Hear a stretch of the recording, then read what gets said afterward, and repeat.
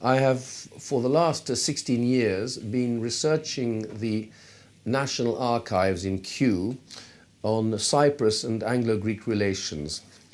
I'm a purist historian. I believe and think that the only serious way of understanding how relations work between states is through the very hard scrutiny of documents, not through silly theories. Now, I have some fairly strong views about this, but before I mention them, I will tell you what my main books on Cyprus are. And my first one, published by I.B. Towers, is called Cyprus: A Modern History.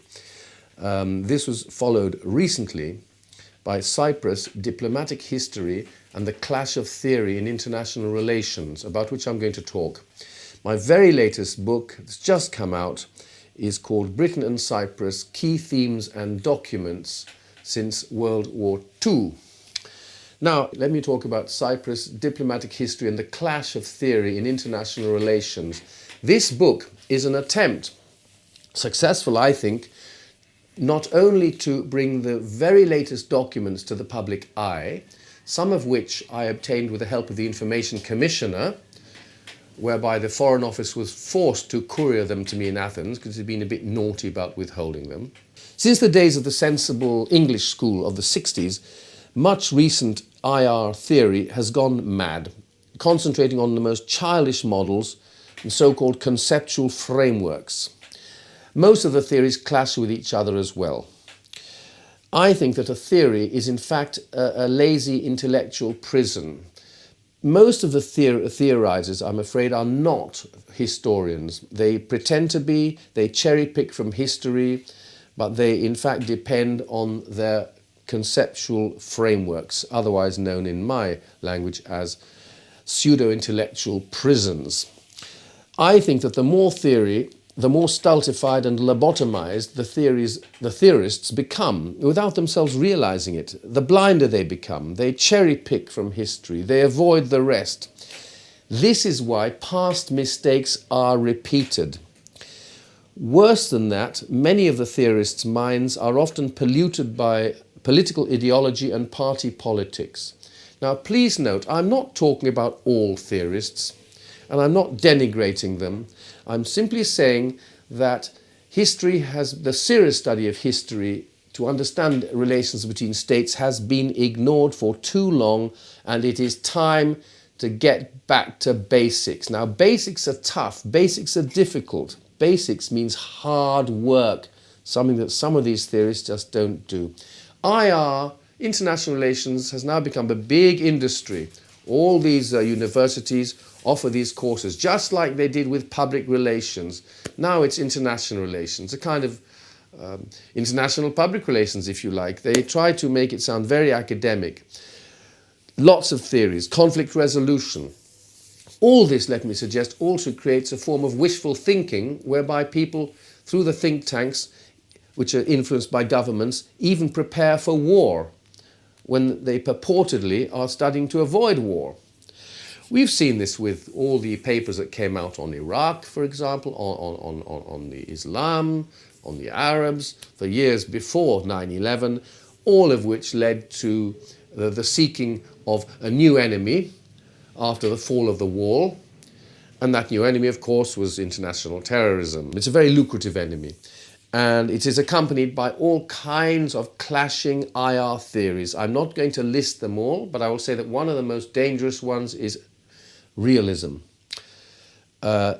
which for me is one of the most dangerous, because although it states quite clearly that the state is the basis of human organization, this is so obvious that it doesn't even need to be mentioned, but it exaggerates the concept. It says that the world is anarchistic and that you must therefore have the state, and the state, the strong state rather, must rule the weak states. There are many theories and sub-theories. All of this is connected to geopolitics, one of the most dangerous concepts of all. Introduced, let us not forget, by people like Halford Mackinder in Britain, Haushofer in Germany, Kielen as well, as an imperialistic doctrine, grabbed by the Germans as well, given very Nazi connotations, Haushofer, etc., and paradoxically reintroduced through people like Henry Kissinger, of all people, hardly a friend of the Nazis, Kissinger, who escaped to America in 1938, and reintroduced through America. And now geopolitics is all the rage. People love it because people don't like to read, they like to look at maps. Geopolitics imposes artificial borders, economic business borders, I call them, on peoples. It destroys natural boundaries, and that's why it's so dangerous. Anyhow, to sum up, and I know I've been very harsh, I'm merely giving people food for thought. I think that most IR theory avoids the most basic factors, and those factors are atavism, the human characteristics such as greed and fear. It wants to be clinical, it wants to be respectable. Theory makes IR respectable, but it's not respectable. International relations, just like public relations, is a rough trade, and you cannot clean it all up by making nice little theories. Because the moment you try to apply these theories, what you've got? War. Take a look at history. For many of these theorists, people are an irritation because they don't behave according to their pseudo-psychological models. They eventually become collateral damage. Great figures are misrepresented. Many of the political realists love Thucydides, for example. They love Machiavelli, but they misrepresent them. A recent book on Thucydides, pure claptrap, almost makes Thucydides a US Civil War general.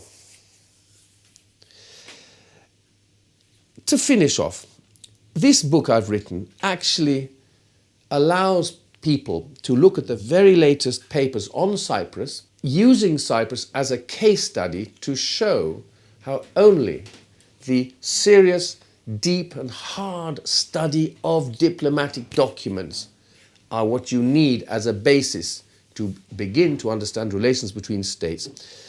This book, and I'll repeat the title, Cyprus, Diplomatic History and the Clash of Theory in International Relations, has just been followed by Britain and Cyprus, key themes and documents since World War II.